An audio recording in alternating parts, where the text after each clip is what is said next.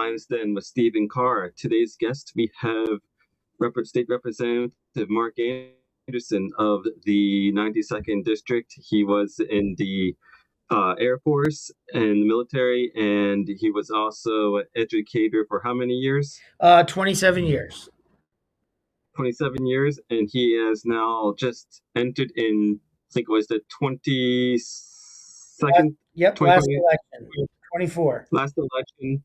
Yeah, 24th election, 2024 election, as a state representative of the 92nd District in covering Cumberland County, and I guess will be transferred and several No, other counties. that would be. I'm in the Northern York County, so Northern County. yeah, so Fairview Township, Newberry Township, and top part of Dover, and then the Dillsburg area. Nice.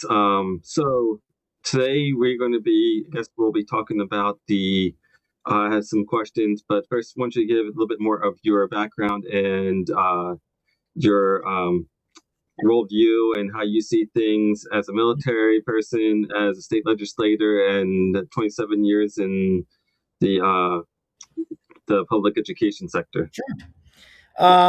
Well, I got into this unwillingly. Ronald Reagan once said the most important thing for a public servant is that they should have to be talked into it. I didn't have any really aspirations to be in politics. I was motivated more by students and some wise counsel to get involved in this. We had a 5-person primary, and we came out on top of that, and had a very successful general election run. My philosophy, I guess, is my view. I always say conservatives. I am a conservative, and if you are conservative, you believe in a moral compass and guardrails as far as doing what is right and wrong. I'm a fiscal deficit hawk kind of guy. Going back to that, I don't believe we should ever spend more than we take in, which is why I voted against the budget and all the budget codes. Um, I also think that we should have as little government involvement in our personal lives as possible. I call myself an originalist. I believe that the founding fathers had a vision for this country, and we should be as close to that vision and fulfilling that vision as much as we can. So I'm a strict constitutionalist. I am somebody who believes, like I said, that in American exceptionalism, this is the greatest country that's ever been on the face of the earth throughout 6,000 years of human history. And that's because of the founder's vision and because of limited government. So my goal is to fight for that limit intrusion, or fight against that intrusion of government into our lives.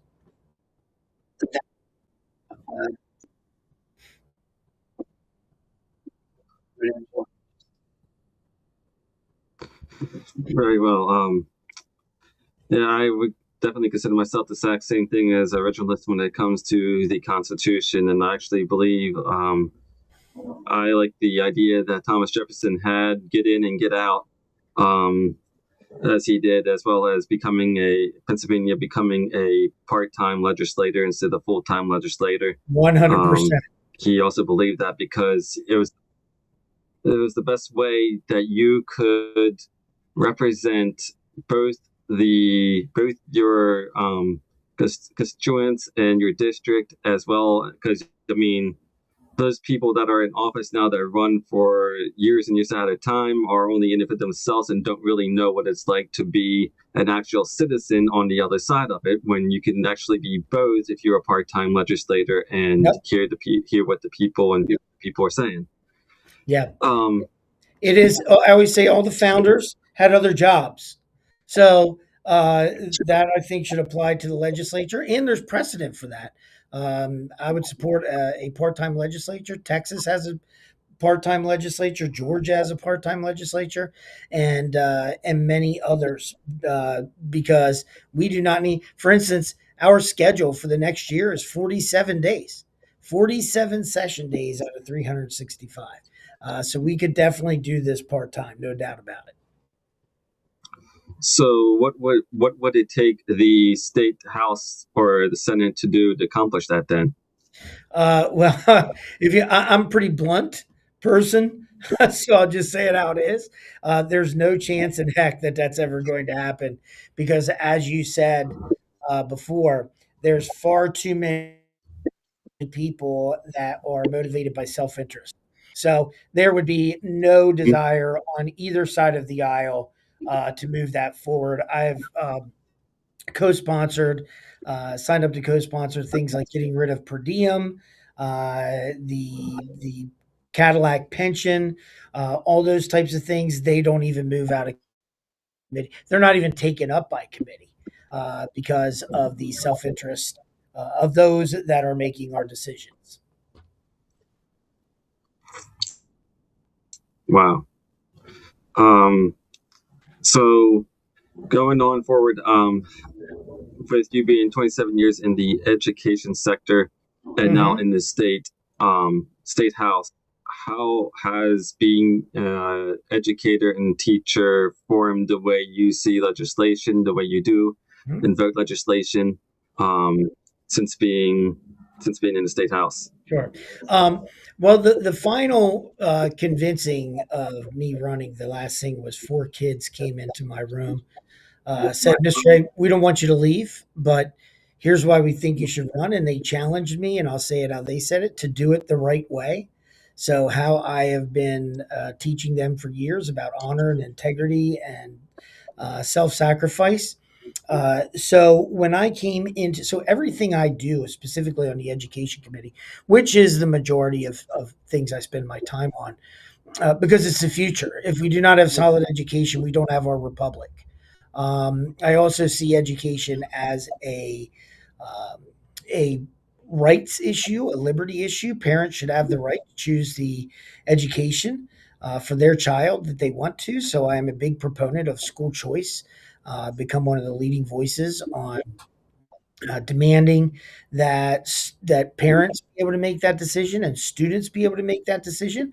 I believe very firmly in the strength of a community school. I taught in a community school for a quarter of a century, and I think it was great. I think it was appropriate for 85% of kids, but it didn't work for everybody. So those students should be allowed to look for some sort of education that fits them and meets their needs, whether that's a charter school or a cyber charter or a Christian school, whatever that might be. So they always don't. Sometimes they don't know what to do with me that I've given my adult life to public education, but yet I believe that every person should have the right to choose. Uh, they don't have to go to a brick and mortar public school. They can make that choice for themselves. I still believe in the community school. The other side, like I said, doesn't know what to do with me because it's hard for them to say, "Yeah, Anderson wants to control the or wants to destroy the public system," when that's absolutely not true. I've never been in, or I've been in the teachers union for 2 years throughout my 27-year career. Realized that the teachers union is not a student union; they are a teachers union, and therefore a lot of their priorities are actually not what is good for kids. And I think they're one of the biggest threats to education in our country. But I think it all comes down to letting teachers teach, freeing them up, and requiring schools to teach the basics, teach people how to read, teach people how to write, teach kids our wonderful American exceptionalism and our history. And other than that, it's not the school's job to teach kids about some sort of ideology that they want to instill in them. Uh, I believe teach kids to prepare them to be successful after school. That's the job of a school, not to teach them ideology and get them to believe a certain way, which unfortunately in today's system is usually leftist ideology and worldview. And that's just not the job of the schools to do so. Yep. It's to teach them how to think, not what to think. That's exactly And right.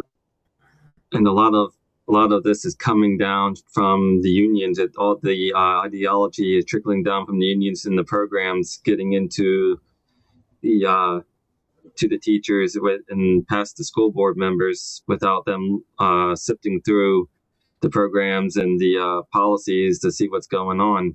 And Absolutely. that's how it's sinking in. So, and I mean, it's only been almost few weeks since I've been elected to the school board and sworn in, but I mean, I'm already seeing where things are being spent and where education is going and stuff like that, and it's really ridiculous when it comes down to it. Um, and we are the board members are actually the vanguard of all that goes on. Did you freeze up? Uh-oh. I think I lost you.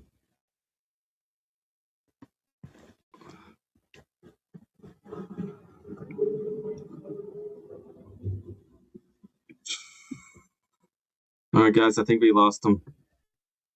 I don't know how.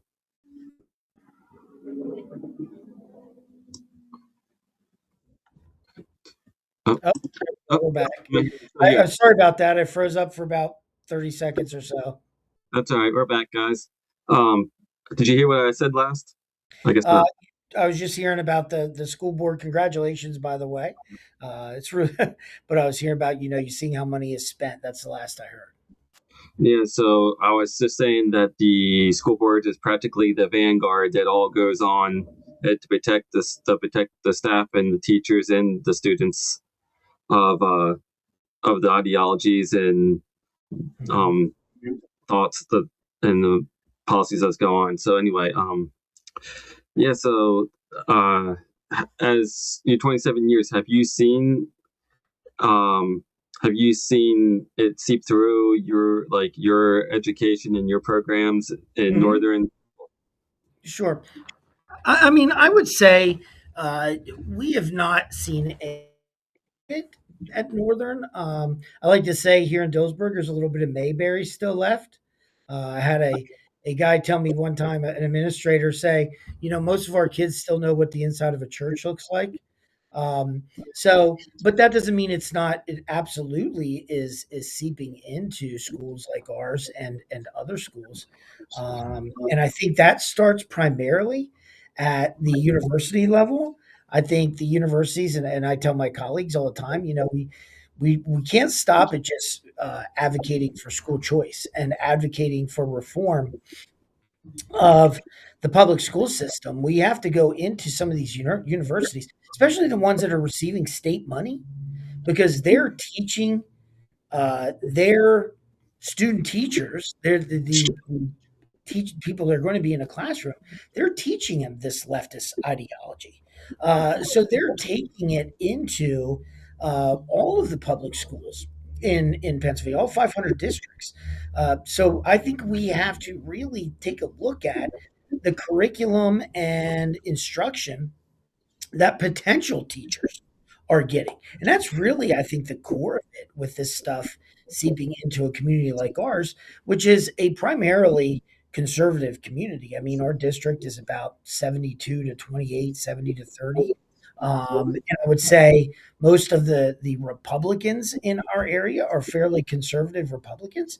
So it's not coming necessarily from the families or the students themselves. It's coming out of the universities and colleges that are teaching our potential teachers what to teach ideologically, not how to teach physics or how to teach literature, but what to teach them about it, how to interpret it, instead of allowing the kids to interpret it on their own, teaching them to think and analyze on their own. Absolutely. Um, so what as your 27 years, what were some of the hot contentious topics that have entered your school in Northern? I mean, also, I mean, this is really I think this is a uh, human rights liberty issue more than anything else, but obviously property taxes, that's outside the actual school and the curriculum, but that is a huge problem in our state. I think school districts have to spend within their means, just like the state government has to spend within their means. And I think, we are putting some of our citizens in very bad situations, especially elderly citizens, where you work your whole entire life, you pay off your house, but then school boards are instituting, these high taxes where somebody may lose their house because they can't afford the taxes. And not in our area, but you take Philadelphia area, suburban Philadelphia, people are paying $8,000 to $14,000 a year in taxes and property taxes. But as far as northern curriculum, we're not dealing with a lot of the things. I am a co-sponsor of two bills about biological males and girls sports. That's a big push, and I don't know if not necessarily northern, but across the state. And it's even an issue in middle school sports and youth sports. Um, we're seeing that great, and who would have thought we'd be saying at this point we'd be arguing or having to have a debate on whether biological males can participate in girls sports. So we do see that kind of thing come in. I would say we see a lot of the social and emotional learning. There are kids that need help socially and emotionally. But unfortunately, that's now being used as code uh, for creating again certain ideologies that are leftists in their worldview. So you do see it creeping into the schools. Um, those types of things, and those are just some examples. In my class, you're held accountable. Uh, we have to teach people to overcome their obstacles, not just move the obstacle out of the way for them. And I think that's more of a societal thing. You see more parents with this garbage of gentle parenting instead of having expectations for their kids. That's probably the biggest thing I see in the school system is we should promote excellence, and you help a kid where a kid needs help. But it's kind of that, you give a guy a fish, feed him for a day, you teach him to fish, you feed him for a lifetime. And unfortunately, in public school systems, we're doing too much of giving fish and not teaching them how to fish. That's very true. So let's see what I have here. Policy and vision. What long-term vision do you have for the 92nd district, and how do you plan to measure progress toward it? I didn't get the last part of that. Measure progress towards the Yeah, and vision. yeah, Well, I mean, there's really two aspects of being a state legislator. There is the specifically representing your district and what is best, in my case, for Northern York County, but then also looking at it from a statewide perspective. What is best for the state? I spend most of my time with district business. Um, I have three staff members, and 90% of their time is district things, just helping citizens with the things that they need for their everyday life. So my vision for the district is really to be hands-on and visible. We get out to a lot of different things. I want to know people. During the campaign, my team and I knocked about 6,000 doors because we want to know people and we want people to know that we're available to help them with their everyday. As far as vision for the state, my biggest issue right now is obviously school choice, but then second to that is economic competitiveness. We are falling behind, and there's no doubt. And the governor can make all the TikToks he wants to talk about us being competitive, but we are not. We have over 60,000 regulations in the state of Pennsylvania. I'm on the Labor and Industry Committee, and we are constantly fighting back against more regulations and also introducing legislation that we can rid ourselves of existing regulations. I think a number one thing example of that is unleashing our oil and gas industry. The environmental movement and the left wing, they put up every roadblock and go any lawsuit they can to stop pipeline, to stop drilling or fracking. We would unleash our energy potential in Pennsylvania. Uh, the governor could have the things that he wants in the budget because our economic growth would be humongous. Talk about this from a personal point of view. I have a daughter and son-in-law that moved to Tennessee. Uh, Tennessee, they don't have state income tax. Tennessee, if you have a structure on your property, you can build limited or no permitting at all. Um, in Tennessee, the gas, they don't have a 67-cent gas tax. So if you are a stonemason like my son-in-law and go to different sites, you're saving money every time you go to a job site. Um, so we are falling behind, but it's not even those southern states like Tennessee and North Carolina and Florida. We're losing to Ohio. Ohio is kicking our butts on um, on all economic competitiveness. So I guess my vision is because the only way that you get out of a deficit is to grow the economy, to to not spend more than you get. But we're done with that because we just passed a budget that is a $5 billion structural deficit, but also to grow the economy. And I think the best way to do that is deregulating in Pennsylvania and to open up our energy potential and unleash the free market within our state. Hmm. Let's see. The other question was, which issues facing the district do you believe are the most urgent, and how are you approaching them differently from the past leaders? Okay. Specifically in the 92nd district or York County in general, I guess. In 92nd. Yeah. Okay. Well, I would say there's new issues that that didn't exist when my predecessor and my predecessor's Dawn Kiefer. So she's in the Senate now, and she and I do work together very well. So I wouldn't say there's anything that I necessarily approach, that's largely different. I would say probably the hot issue right now is data centers, all across the state. Um, you have people that are all, full speed ahead, build as many as we can. There's people that are, I don't want those things in my community. I am I believe in federalism. So I believe that there are decisions that are left up to the local governments or left up to the states. So I think one of those issues, and even within my conservative grouping, that the people that I agree with and hang out with in the legislature, they're all over the place on this.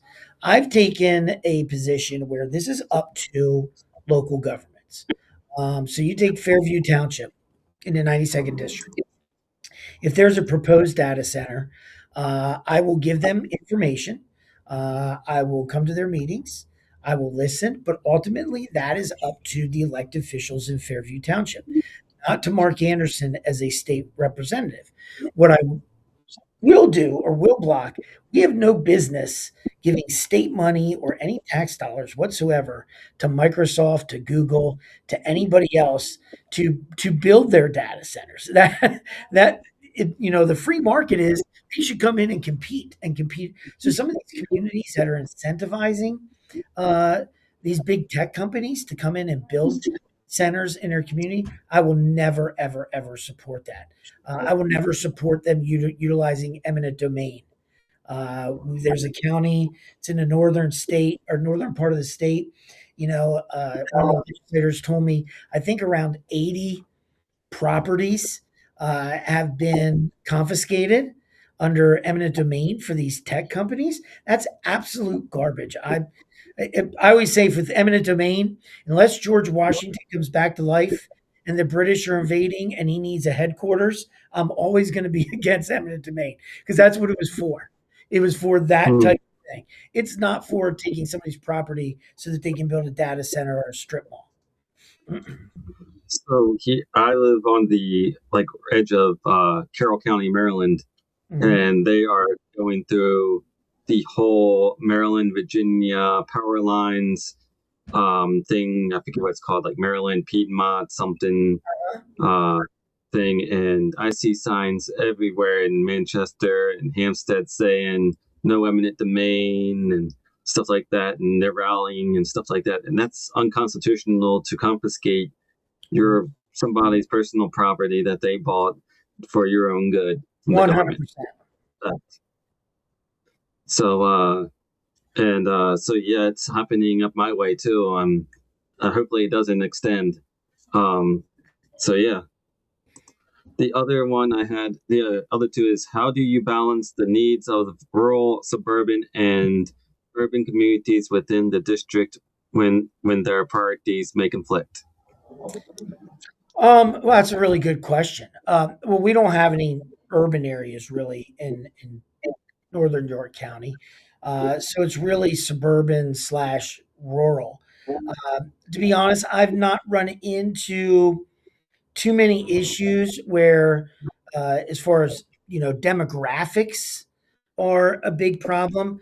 As far as conflict, because I would say pretty much our suburban areas and our rural areas in the northern part of the county, people are generally uh, they generally agree on geographical, demographic type things.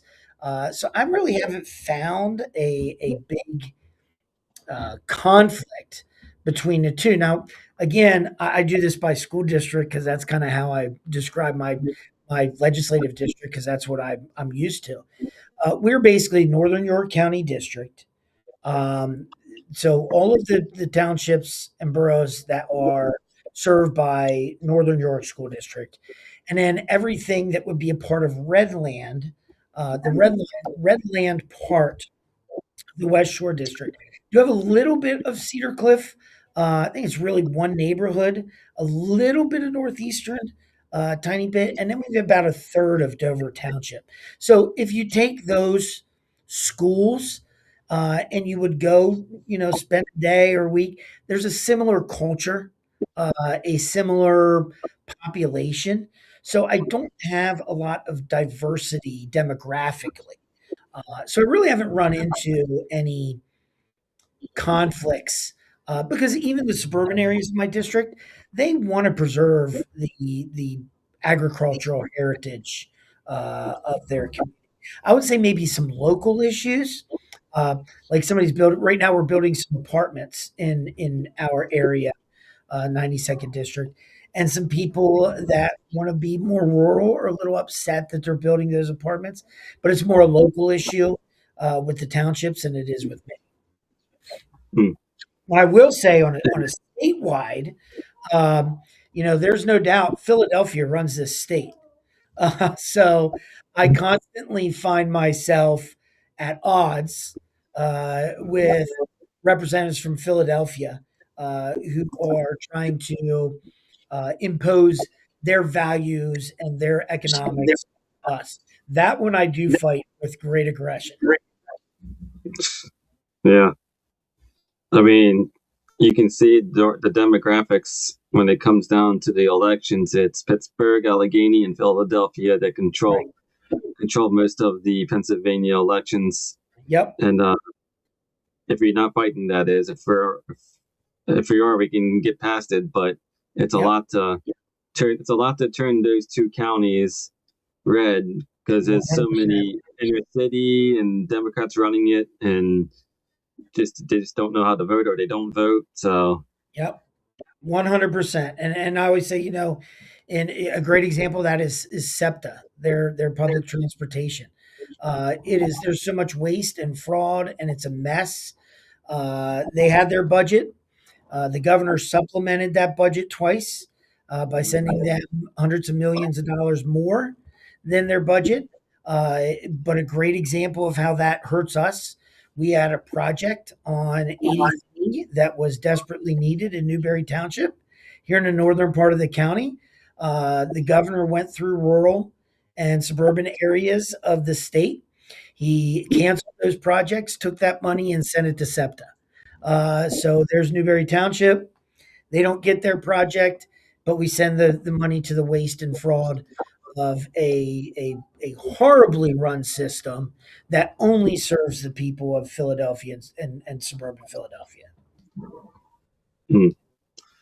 And what does successful representation look like to you, and how do you ensure you're staying connected to the people you serve?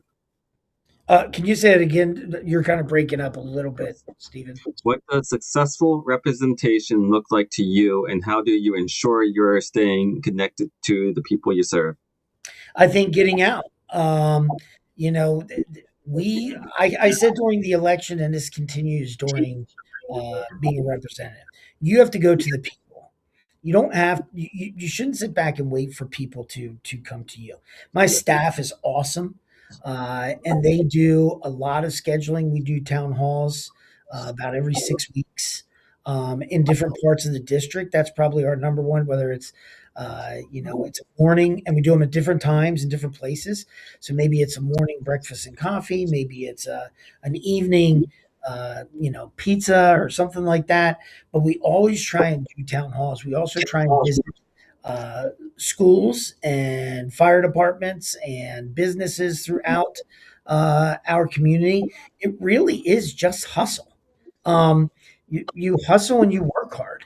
And there's legislators that work 20, 25 hours a week uh, because they do what they have to do in Harrisburg, and then they don't do anything at home. And the overwhelming majority of my time is spent in district and going out and meeting people where they are in their lives. So really, just I probably work 50, sometimes 60-hour weeks, whatever, and a lot of that is event going to going to the people and not waiting for them to come to you. Hmm. See, economy and jobs. What opportunities do you see for economic growth in the district over the next decade? Well, we are a growing area here in the northern part of the county. I think you guys in the southern part of the county can understand this. You're seeing over the last 10 to 15, 20 years that Baltimore is expanding up through Maryland and then into the southern part of York County, kind of changing the demographics, but also the economics in that area. We have the same thing here, only it's Harrisburg that's growing out and Camp Hill that's growing out. So we're getting a more of a variety of businesses that are because I mean you get your corporations or your businesses into your area. Well, then all of the local businesses feed off of that. So you're getting more restaurants, and you're getting wherever you build a Lowe's, you're going to get Applebee's. That's what I always say. Wherever you build a Walmart, you're going to get little cell businesses, cell phone businesses. So I think what is facing us here in the northern part of the county are these larger businesses. We were always made up of primarily small business, and that still is the core of our economy in northern York County. But we're starting to see larger, whether it's the box stores or whether it's warehouses, starting to move into our area. So, how do you plan that wisely? Like I said, I'm a big fan of the free market.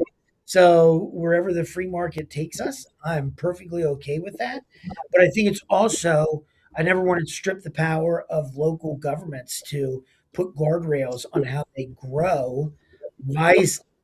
So I think the economy for us is going to, and we're seeing this, it's not just mom and pop stores anymore. you're seeing larger corporate entities come into places where they've never been before. How do we navigate that? I think that's a lot of local planning. And for me, it's empowering the small businesses to play off of that. We're doing a project in Dillsburg right now, York County Economic Alliance. It's teaming with some local people. How do we improve our downtown area? And the biggest part of that is small businesses. How do we promote small business within our town, whether it be here, Lewisberry, Newberrytown, Fairview Township? But there's definitely going to be an impact from larger corporate entities spreading out of the urban areas into more suburban and rural areas. Hmm. See. How do you plan to support? Oh, yeah. How do you plan to support small businesses and local entrepreneurs in a changing economic landscape? Well, again, it goes back to getting out and asking them what they need. So sometimes we as politicians think we know. A friend of mine, another York County representative, made a comment in Labor and Industry one time and said most of the people in the legislature not only have they never owned a business, they've never worked for a business. Um, so for me, it's learning. It's going to the local hardware store, to the barber shops, to the restaurants, to all of the things within small communities and asking them, what can we do for you?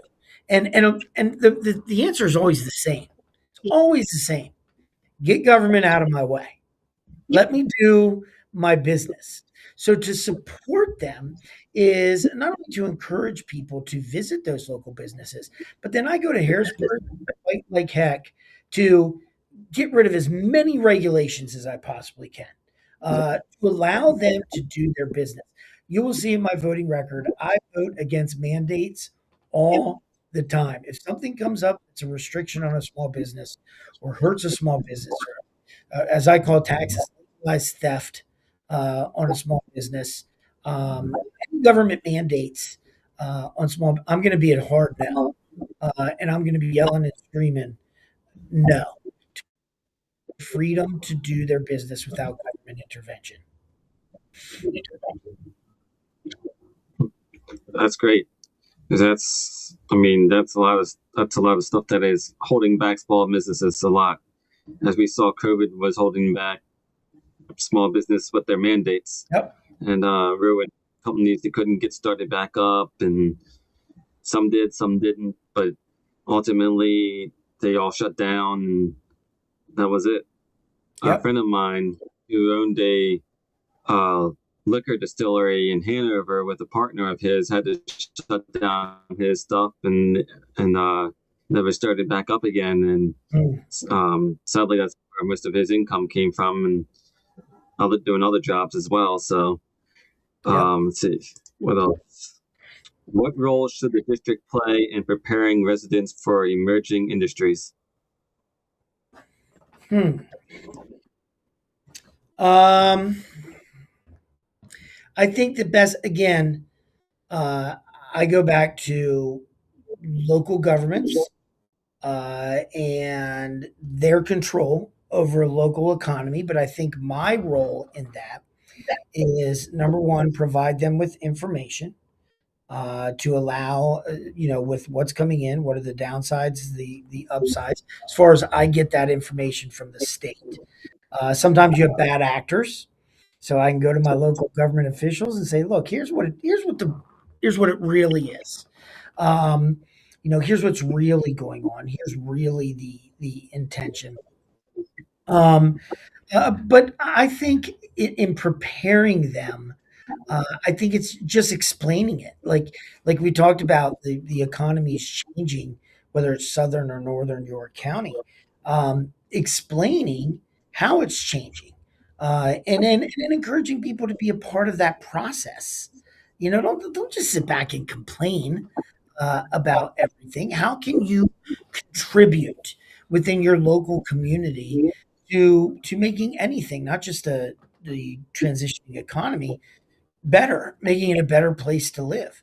So I guess preparing them is just when I have those town halls or I have an audience or a stage is explaining to them how things are changing, and then how do we want to change it wisely? Because nobody, look, we're not going to ever get anybody or everybody to agree on everything. We don't have a democracy. We have a republic, and so you're never going to get a majority on everything. And philosophically, one of my things that I believe very strongly is Edmund Burke once said that a representative owes people their judgment, and so sometimes, I would make a decision that maybe that would be hurt me in an election, or maybe it's not the most popular thing in my area, but it might be a judgment call. Now, that's not usually the case, but sometimes you just have to do the right thing regardless of the consequences. Yeah, that's true. Sometimes you have to make a sacrifice for the greater good. Yep. So, um, see, education and youth. How do you think that district schools can better prepare students for both college and career paths? Um, well, we've been telling kids a lie for 30 years, and that is you got to go to college to be successful. Uh, I'm not doubting college. I mean, that's a great pathway for some kids. If I have somebody do an open heart surgery on me, I'm hoping they went to college and medical school, so they know what they're doing. Um, but we're kind of seeing a transition where we're starting to invest more in trades. I was selling trade schools when selling trade schools wasn't cool. So for the last 25 years, I've been telling kids, look, you know how much a plumber makes? Okay, and everybody wants their house warm in the winter and cool in the summer. So if you're an HVAC guy, you're always going to be needed. That is a job where demand is always going to, and Yeah. and right now I think we need to shift some of our. And I was actually a sponsor, prime sponsor of a bill that would allow private industries to invest in Votex. So private industries would invest in whether that's equipment, whether that's there's a great organization, ABC, Builders and Contractors. They started their own school. They have a private school for kids to come in and learn HVAC and plumbing and carpentry and any trade you want to. You go into their school, they have what looks like a gymnasium, and it's a work site. So you have all of these different things, electricity, all these things going on. That's what we need to do.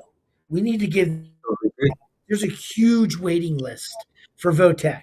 So we have a shortage Yep. of tradesmen, and then we have a waiting. We don't have the room in Votech to put them in. Let's take some of the dollars that we waste on garbage, uh, and move it to those trade schools. Because ultimately, this is how simple education is.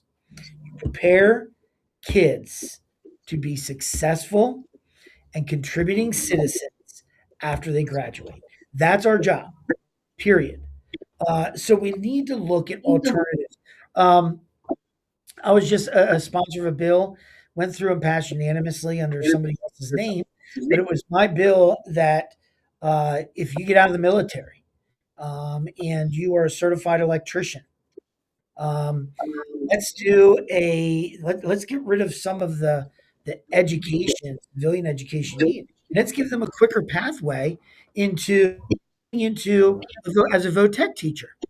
Instead of having them do 4 years, let's do 2 years and have them go teach, kids to be electricians because we have a shortage of teachers in some of these trades. So it's things like that. It's thinking outside the box and doing things different. I think I was watching a Charlie Kirk prove me wrong episode.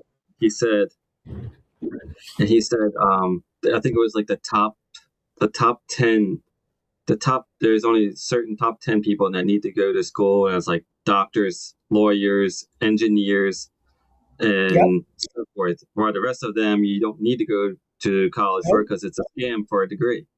Yep. And the people are paying for it. Yep. he said that there's 11,000 some jobs, according to the Labor Statistics Bureau, where you don't need a college education for and make over 1,000 a year. That's right. That's exactly So right.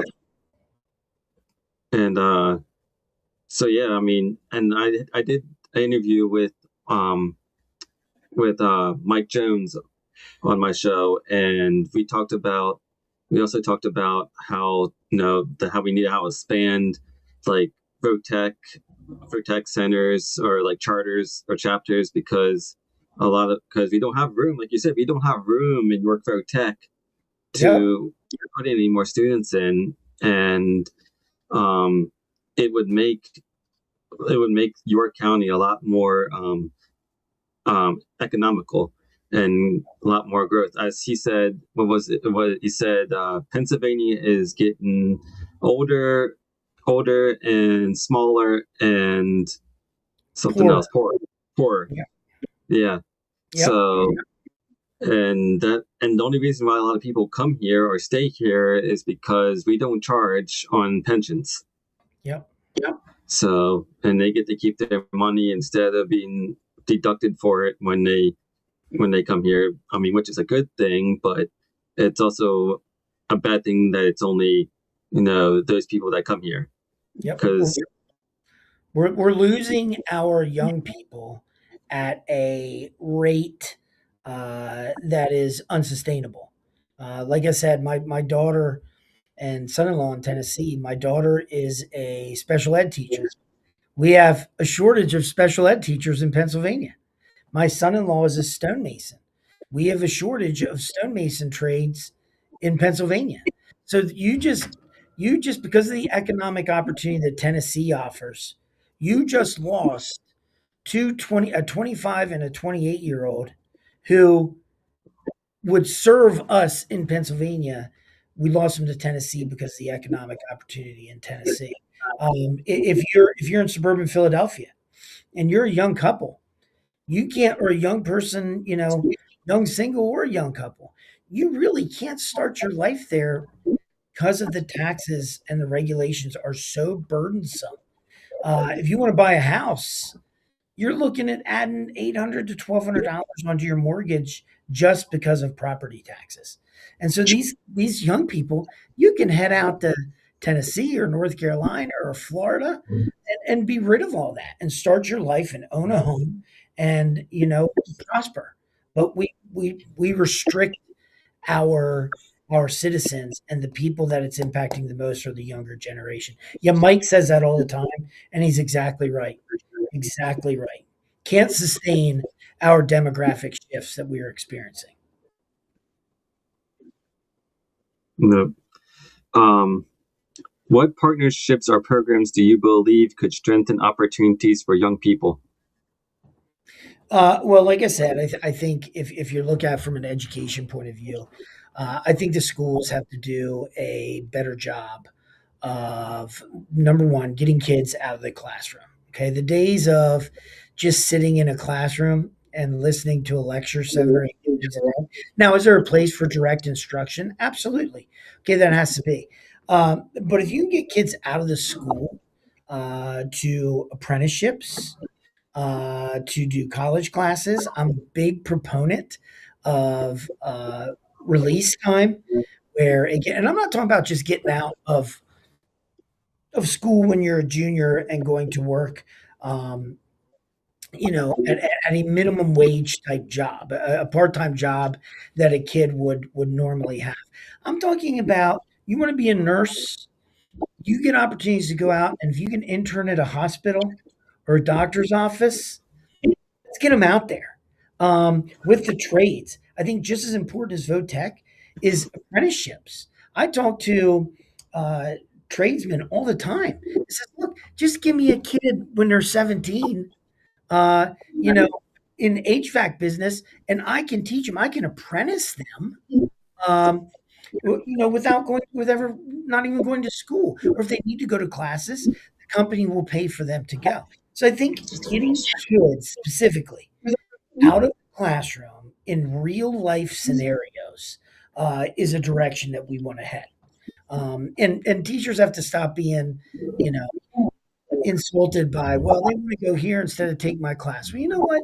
You don't need 4 years of Shakespeare. I mean, I'm sure, for some people, Shakespeare's great, but instead of the fourth year of literature, let's get them out on a job site if that's what they want to do. Totally agree. Um, see what the how do you plan to address disparities in educational resources across the district? You're talking about like financial uh, resources, economic Yeah. money. Um, Yes. well, I mean, our districts, my school districts that I represent, are there's not a whole lot of economic diversity. They're pretty much in the same place with the same tax base, similar populations. I would say that question is better addressed from a state level. I'll go put my legislator Harrisburg hat on now.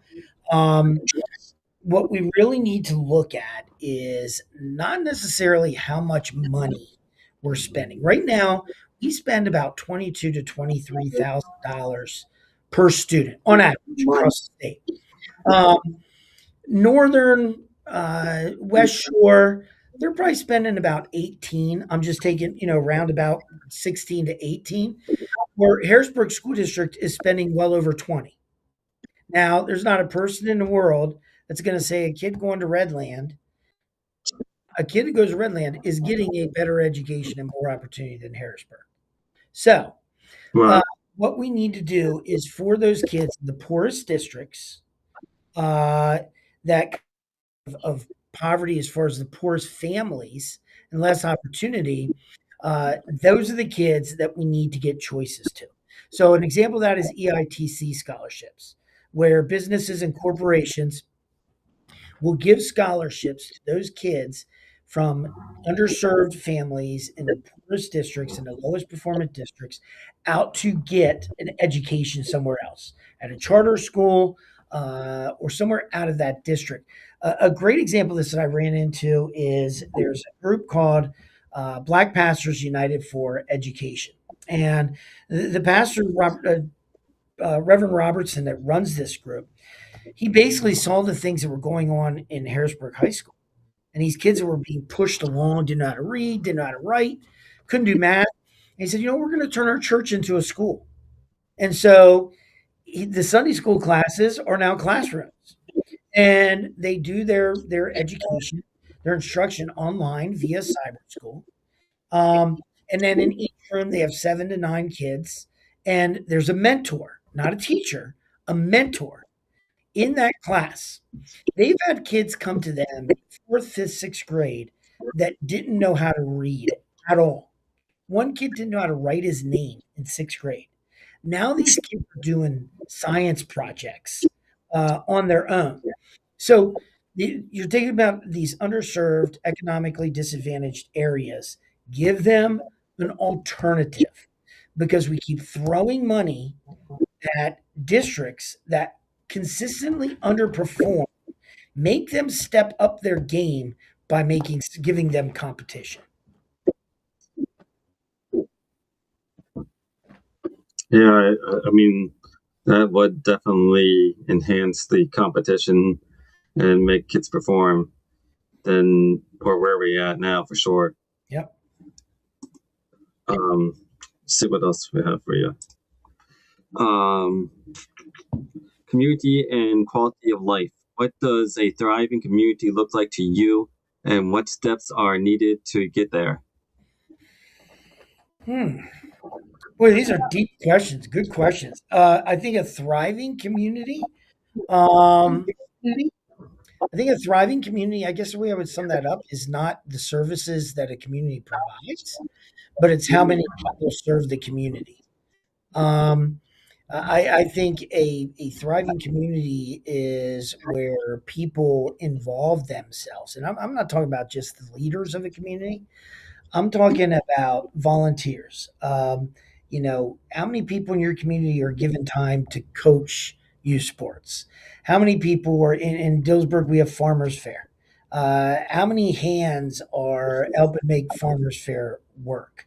If you have a fair in Newberry Township, how many of those citizens, not for any self gain whatsoever, would come out and help?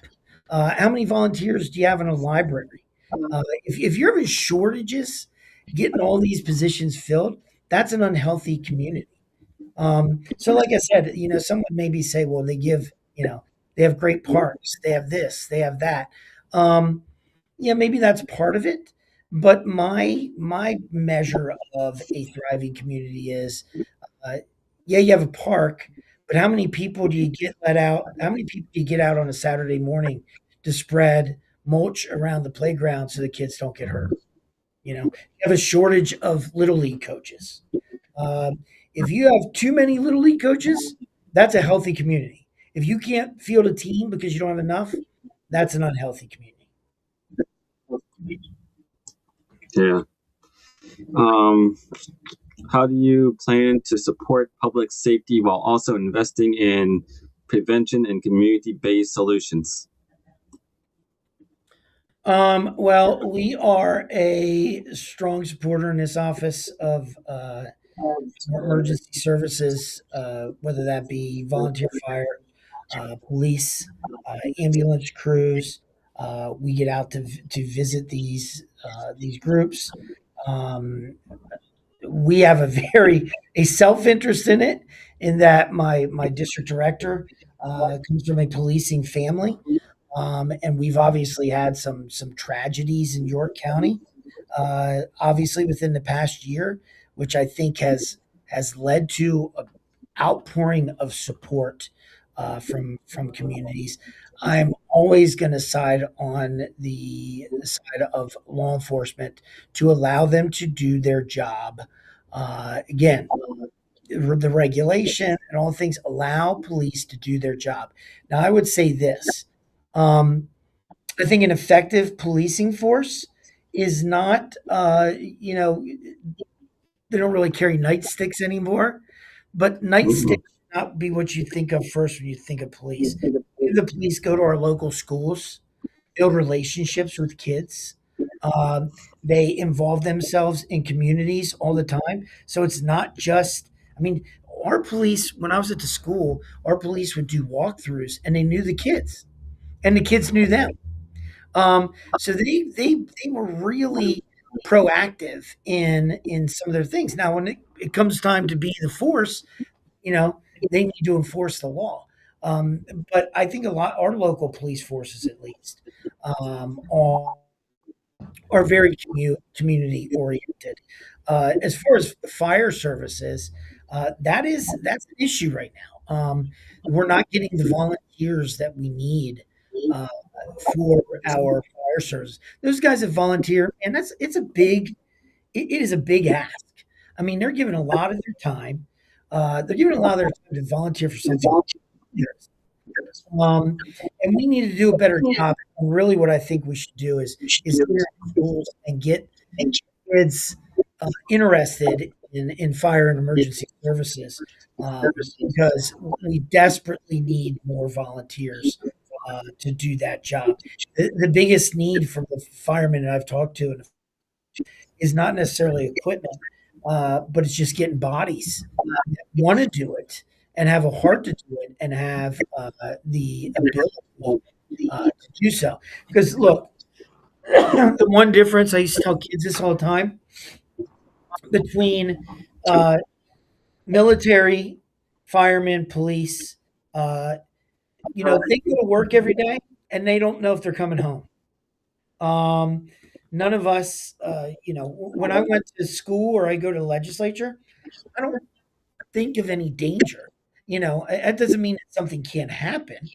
Um, but I'm not facing danger. A state policeman that has to pull somebody over on 81 or 83, or a local policeman here that has to pull somebody over on Route 15, you never know you're going to encounter when you go. And if anybody should understand that best, York County should understand that with the tragedies that we've had in the past year. So, because of that, I am always going to fully support our local police, firemen, and emergency services. Absolutely. Um, what strategies do you believe will help improve housing affordability and stability in the district? Again, I go back to free market.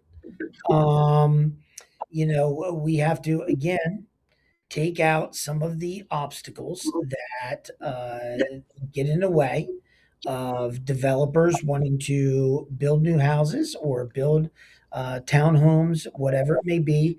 The problem that I have, the agency I have more problems with than anybody else, is the Department of Environmental Protection. Um, I have a friend of mine that just built a house just 5, 6 miles away from the office. It took him 11 months to be able to put a shovel to start his house because of you had to do a study for this and a study for the bog turtle and a study for storm drainage and a study for that. We really need to get away from this, an inspector for every single thing and the costs. And that's not just statewide, that's local. What people are allowed and not allowed to do with their own property is absolutely ridiculous. Somebody has 11 acres and they want to give 2 acres to a son or daughter to build a house. Who is the government to tell them they can't? Or to make it unaffordable for them to do so. Property rights are under attack in our state specifically. So now, do they have to do things responsibly? Yes, I'm not saying you just a free for all, but at the same time, uh, most of the regulations, permitting, so forth, we could get rid of and allow people. So the developers don't want to develop anymore. They don't want to do business with in certain townships because it's just too much of a pain. So they go elsewhere. So you can't say, well, we don't have housing like some of my colleagues, but then vote for every single Department of Environmental Protection regulation that comes down because they're worried about some bog turtles that they've never seen or found anyway. So,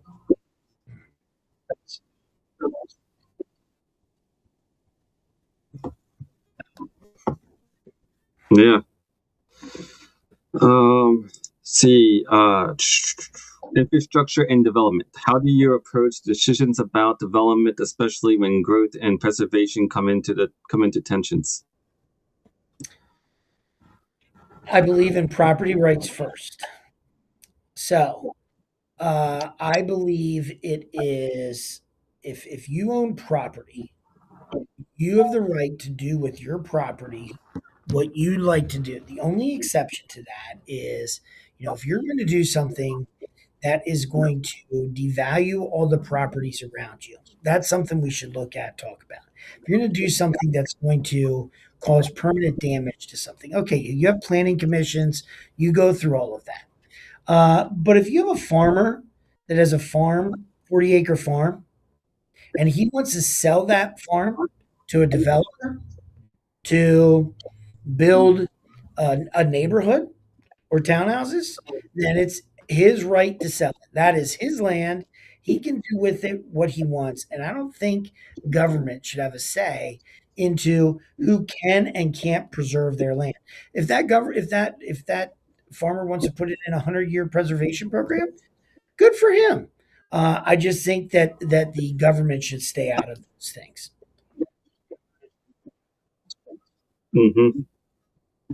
Like the whole issue in Lancaster, I think it was Lancaster with Amos Amish farm when Exactly. the federal government got involved with him selling milk. That's correct. Yep.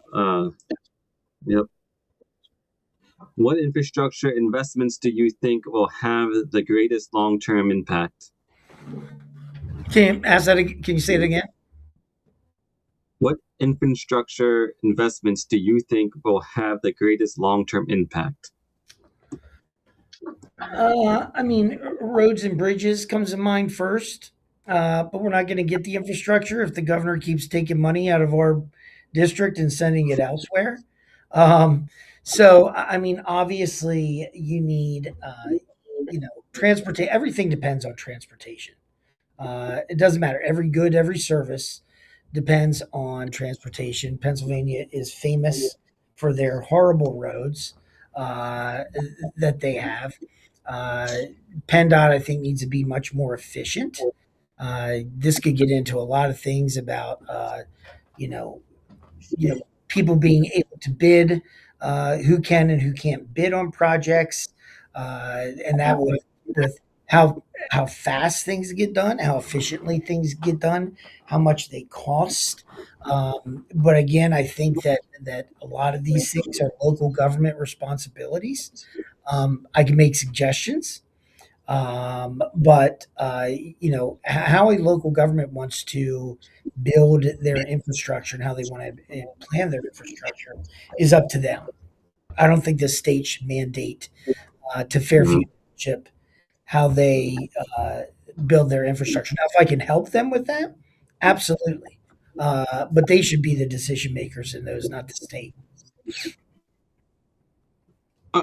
How do you plan to ensure that transportation improvements benefit all residents? Mm, well, I mean, I think there will be some projects that don't always, help everybody, depending on that could be anything from geography to, who is it servicing.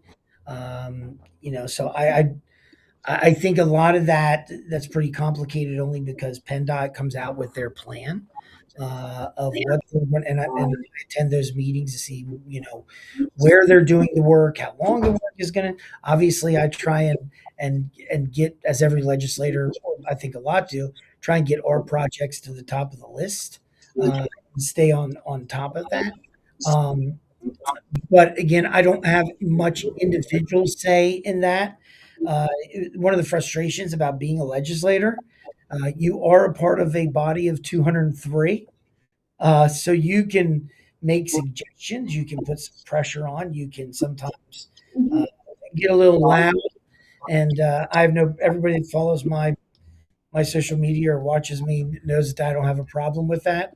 Um, but ultimately, it's the bureaucracy, unfortunately, that controls a lot of those types of things. And that's one of our Yeah. major problems Um, in the country and state is the bureaucracy is way too big and way too inefficient because of their size.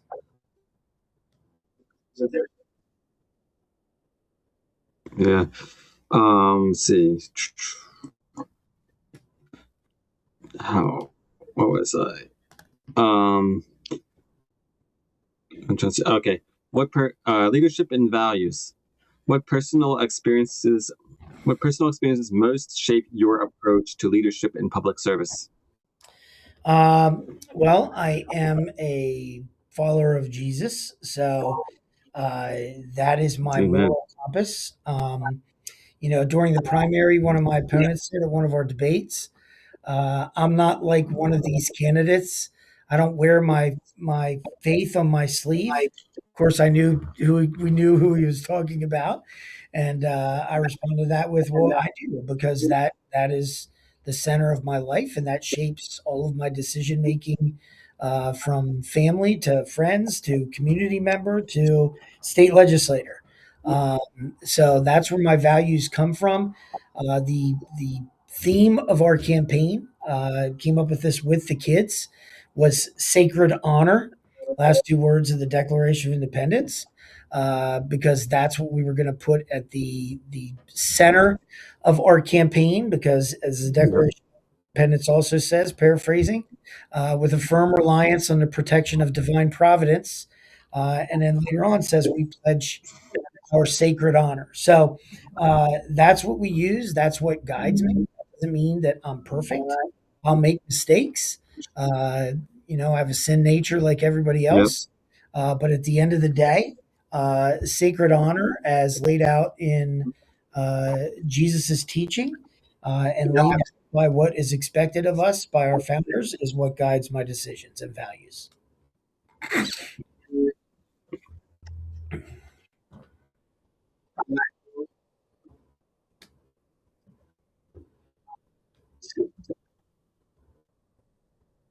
Hmm. Amen to that. How do you handle situations where your personal beliefs differ from the majority opinion of your constituents? Moral beliefs, conflict with constituents. Was that the question?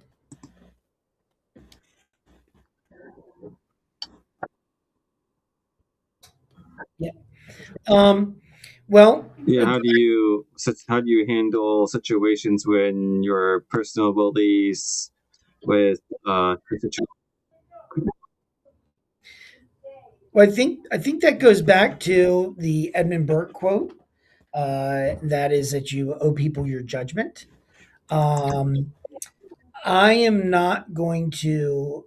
How should people always say? I'll answer it this way. Uh, People always say you can't legislate morality. Well, that's absolutely not true because most laws are moral laws. Uh, the law that you can't murder is a moral law. So I think morality and values has to come from a moral compass. And if you want my honest opinion, if you like I said at the very beginning, a conservative worldview, especially a Christian worldview, you have a moral compass that you are to abide by. Um, so if a majority of my constituents want me to vote on something that I believe to be immoral, or against my personal values, my judgment is going to take precedent all the time. A great example of that, um, you know, a couple of weeks ago, we passed an abortion bill amendment to the Constitution that would have allowed abortion up to 40 weeks. My values, my morals, because I believe life is a life inside and outside the womb, would never allow me to vote for a pro-abortion bill. Uh, that would be immoral. Now, I'm in a district where the majority of my constituents agree with that, but it wouldn't matter if I was in another district. Life is life, and so when it comes to morality and values, that are we're not talking about tax increases here. We're talking about right and wrong. We'll always vote for right, even if it's something that my constituents wouldn't agree with. And one of the advantages I have, Stephen, is you know what? I want to do this. I believe that when I ran, uh, I don't always like doing this job. I like being a teacher way more than I like being a legislator. Um, but I saw God's hand in this the whole way, and I have no doubt that I am in a position where God intends me to be. So if I do what's right and I lose an election or I become unpopular because of it, I'm okay with that. I'm perfect. I don't want to sacrifice my integrity or my values just to win an election. So if I would lose because I would my constituents would disagree with me, okay, I go back to teaching and I'm perfectly okay. It reminds me of uh, Christian apologist Frank Turk, who would say, when he's talking about legislation, he would always say, "Well, whose morality are you legislating?" That's right. Because so because you can't legislate morality, but every legislation is based on morality. But it all 100%. depends on whose morality are you legislating. That's right. So yeah, so that the like you said, do not murder. It's clear that it's the number one commandment in the Bible. Who's Yep. who's the morality you're legislating? You're legislating God's morality, you know? That's right. So, I mean, that was the clear code in biblical times That's that right. set all Israel and that transcends into modern times. That's why we don't have. That's why you get charged for murdering. That's why you go to jail for murdering That's right. because of that exact because of that exact code. Hmm. So, um, the last one I have for you is, what do you hope people will say about your time in office years from now? Oh, another good question. That's the best one yet. Um, I would hope this. I would. I would. I wouldn't want people to say that what Anderson said is what he acted upon, and he always kept honor at the forefront of his service. That he would do nothing to dishonor his family. He did nothing to dishonor his community. Uh, he did nothing to dishonor his country, and he did nothing to dishonor his God. That doesn't mean that I would have to serve with perfection, but I would want people to think, end of the day, agree or disagree, Representative Anderson always did what he thought was the right thing to do with the right intentions. It's one of the reasons I've turned down the pension that they offer. I don't take per diem. Um, I think I think this should be service and service only. Mm-hmm. That's it. George Washington pictures are all over my office. And the reason for that is because George Washington never really wanted to do the things that he did. He did those things out of duty. So all you want to do is be a farmer. You don't want to be a general for life or president of the Constitutional Convention or president of the United States. You want to Yep. be a farmer. Um, He was so actually called up, wasn't he? what's that? Was actually called up after he got out and went into farm. Yep. He was Yep. called up. So that's what I hope people say. Not that Mark Anderson is George Washington by any means whatsoever, but he was a servant leader and he always tried to do the right thing. Sounds good.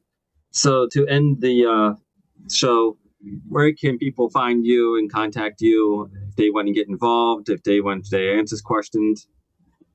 Yep, they can go to Mark Anderson, repmarkanderson.com. Everything's on there. My the office phone number for Harrisburg and uh, the district office, so that they can call, anytime. Send me a message, and we'll get right back to them. All right. Thank you for your time, All Mark. right, And thank you, yeah, Stephen. yep, All right, thank you for doing this. no problem. All right, see ya. Yeah.